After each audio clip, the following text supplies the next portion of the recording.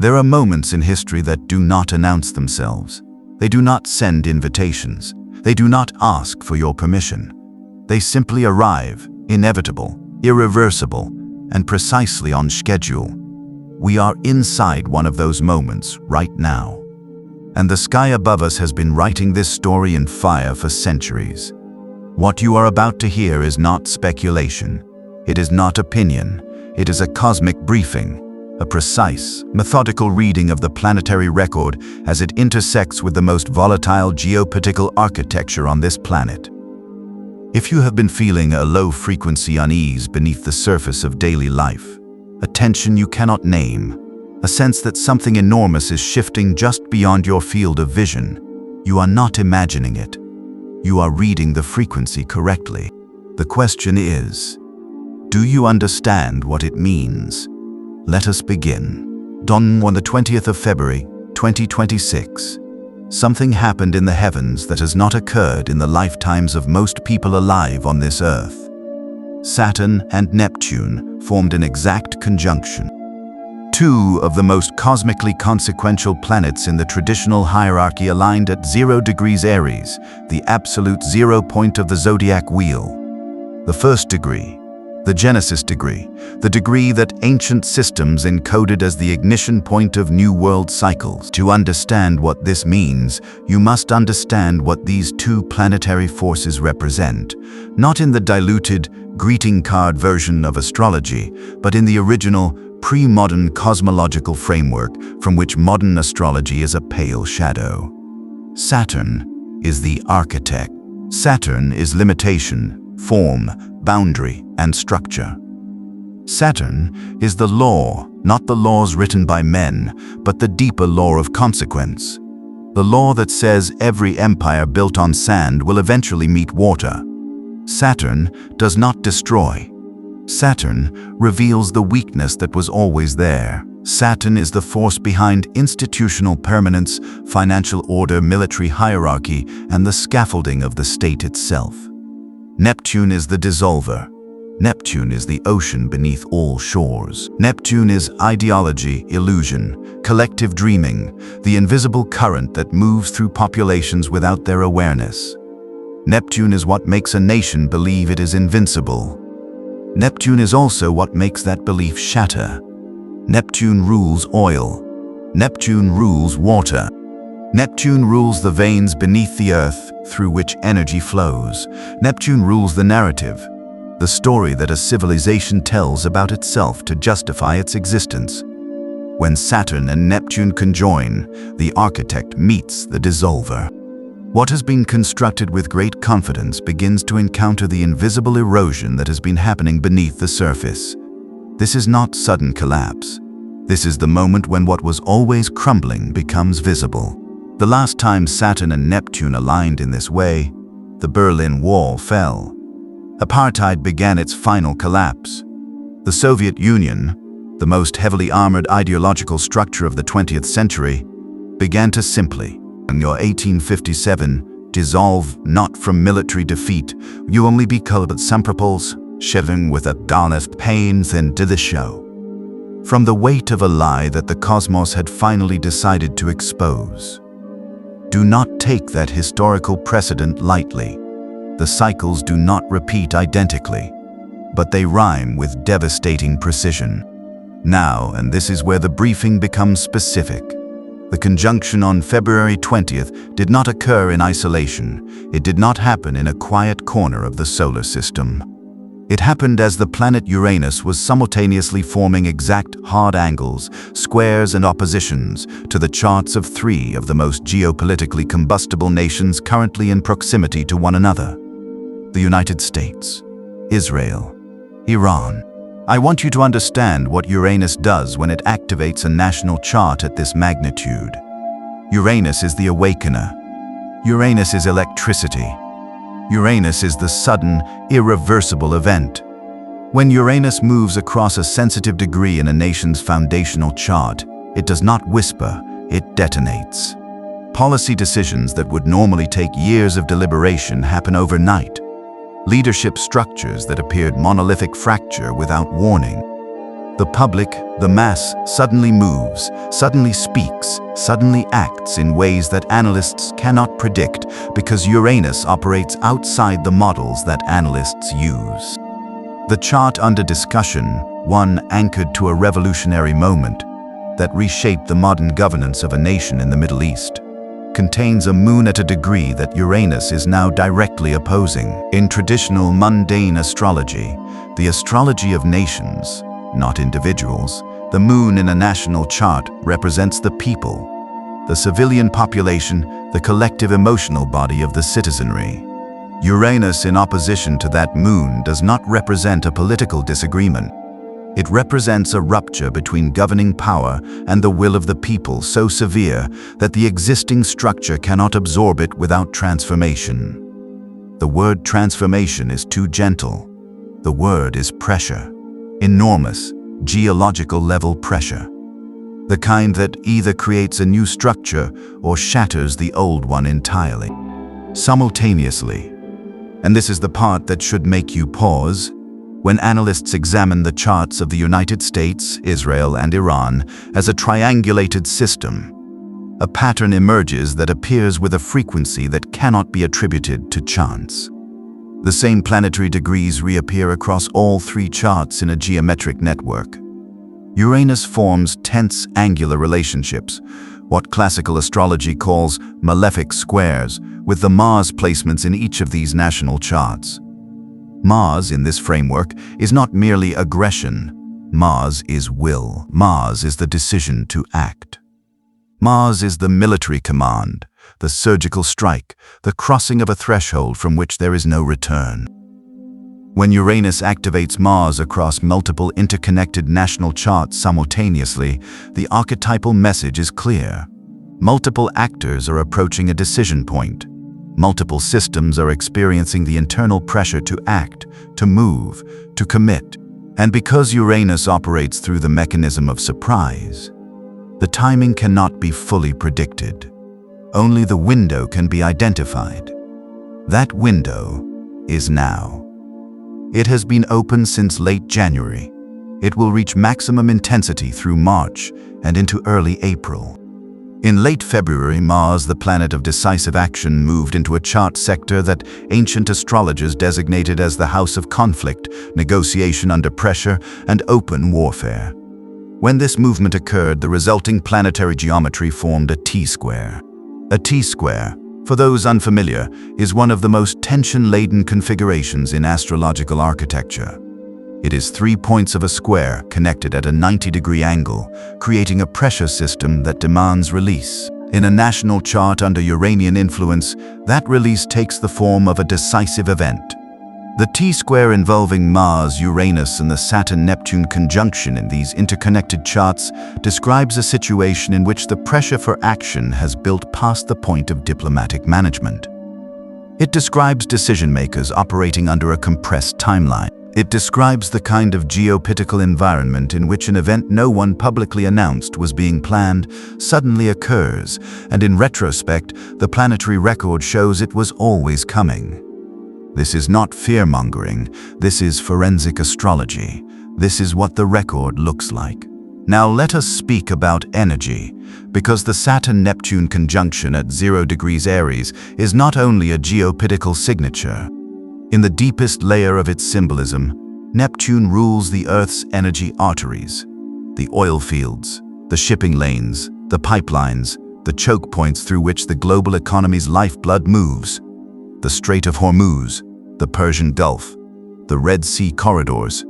These are Neptunian territories, and when Saturn, the planet of structural consequence, conjoins Neptune at the genesis point of a new world cycle, the message encoded in that alignment is this: the energy architecture of the current world order is entering its dissolution phase. This does not mean the lights go off tomorrow. Dissolution in Neptune's cosmology is not sudden, it is tide-like. It is the long erosion of what seemed permanent. But when Uranus accelerates that process as it is doing now, as it completes its transit through Taurus, the sign that governs resources, financial systems, material supply chains, and the Earth itself, the dissolution becomes visible in real time. We are watching, in this very moment, the beginning of a long-anticipated restructuring of global energy dependencies.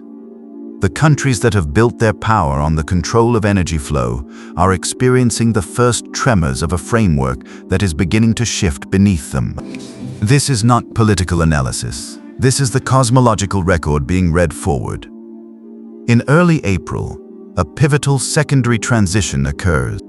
Mars changes its chart position as Uranus prepares to exit Taurus and cross the threshold into Gemini, a transition that will not be completed in full until later in the year, but whose approaching pressure is already being felt in the collective field.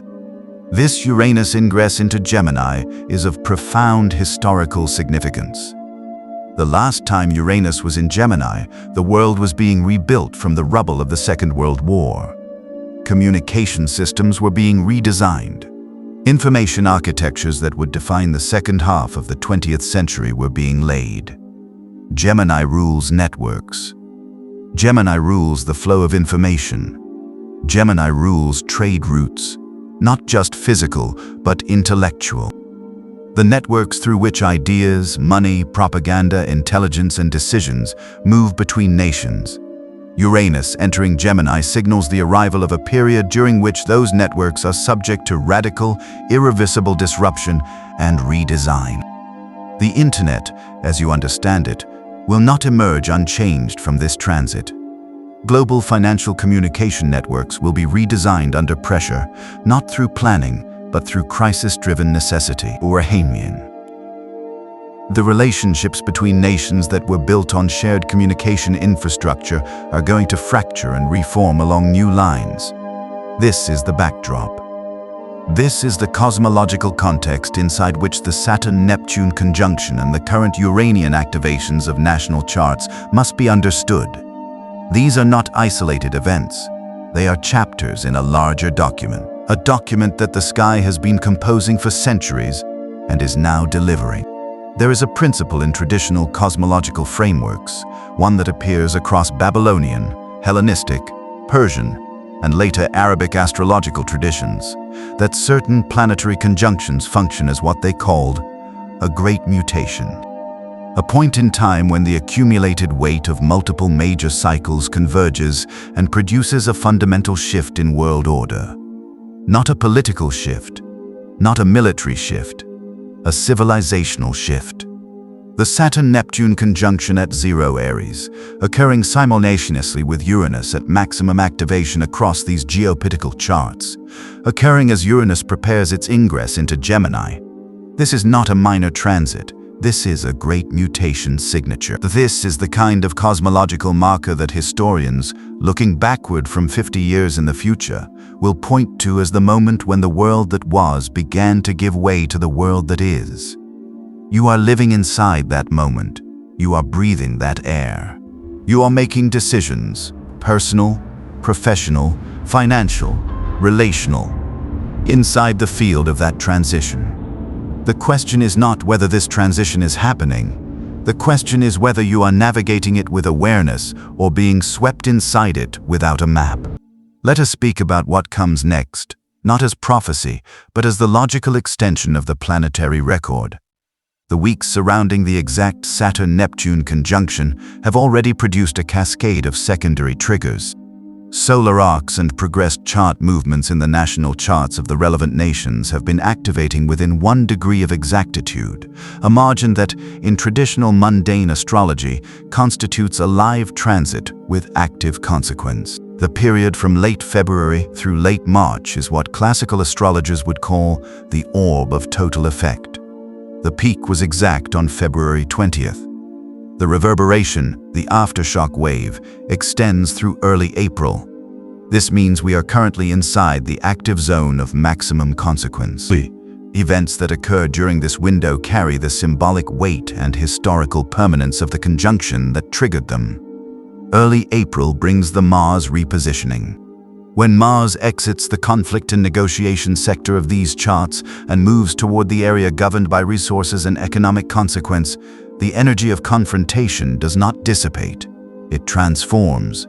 Direct friction between actors becomes systemic pressure on the systems those actors depend on. The battlefield in this cosmological reading expands from the geopolitical to the economic, from the military to the market, from the headline to the infrastructure beneath the headline. Shipping disruption, energy price architecture, coming credescentations bestumps, and mental efficacy. The supply chains that you depend on, without awareness of them, the ones that move energy, food, and technology from their points of origin to your daily life, these become the theater of consequence in the second phase of this transit. There is one more layer, and it is the layer that most commentators, even within astrological frameworks, tend to underestimate. The Sabian symbol for 0 degrees Aries, the exact degree of the Saturn-Neptune conjunction, was articulated by the occultist Mark Edmund Jones in 1925, working from a system that encodes an image for each of the 360 degrees of the zodiac. The symbol for this degree reads, "A woman just risen from the sea, a seal is embracing her." This is an image of emergence, of something returning from the depths, from the Neptunian ocean into solid form, of the formless taking shape, of what was submerged becoming visible. In the context of the planetary configuration surrounding it, this symbol carries an unmistakable message. What is emerging is what has been building beneath the surface of the visible world. The real architecture of power, not the performance of it, but the actual contested terrain of it, is rising to the surface. It can no longer be managed from below. It can no longer be contained by the diplomatic instruments and institutional frameworks that were designed for a different era. Saturn, at this degree, says the structure must now be confronted. Neptune, at this degree, says the illusion has run its course.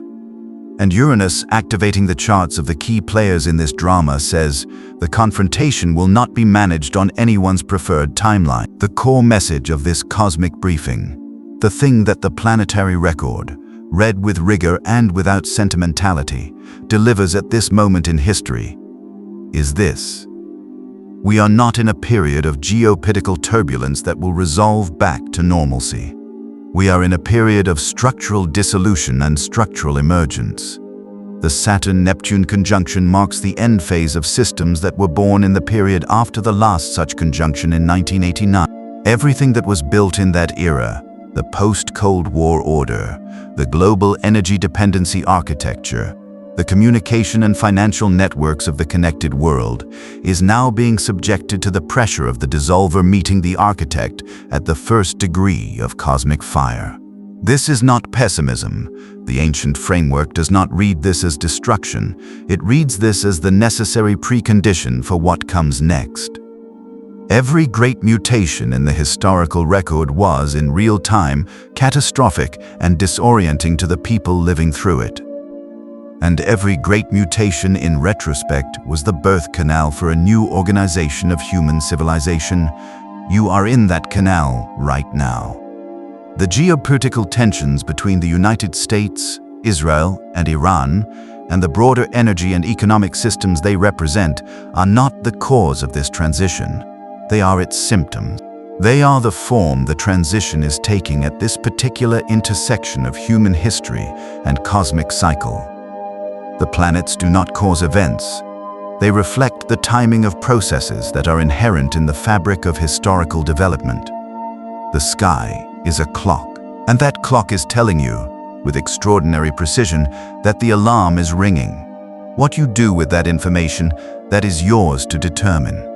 But ignorance of the alarm does not silence it. It only removes your ability to respond consciously to what is already irreversibly underway. This is the briefing. The window is open. The conjunction has been exact. The secondary triggers are live. The Great Mutation is in motion. Watch the degrees. Watch the degrees at 0 of the cardinal signs: Aries, Cancer, Libra, Capricorn. Any planet crossing those degrees in the coming months will trigger another wave of this conjunction's consequence. Watch Uranus as it approaches the Gemini cusp. Watch Mars as it repositions into the resource sectors of these national charts in early April. The sky does not lie. It does not spin. It does not have an agenda. It simply records, in the language of angular geometry and cyclical return, what is happening at the deepest structural level of civilization's ongoing experiment. We are at a turning point. The record is clear. The alignment is precise, and the world you will be living in 18 months from now will be measurably, undeniably different from the world you inhabit today. You have been briefed. If this transmission resonated, if you felt, somewhere beneath the analytical mind, that what you just heard was mapping something you have already been sensing, then you understand why this work matters. Share it with someone who is ready to hear it. Subscribe so you receive the next briefing as these transits continue to unfold. Leave a comment with what you are witnessing in your corner of the world. The pattern is everywhere, once you know what to look for. Until the next alignment, stay precise, stay awake, and trust what the sky is showing you.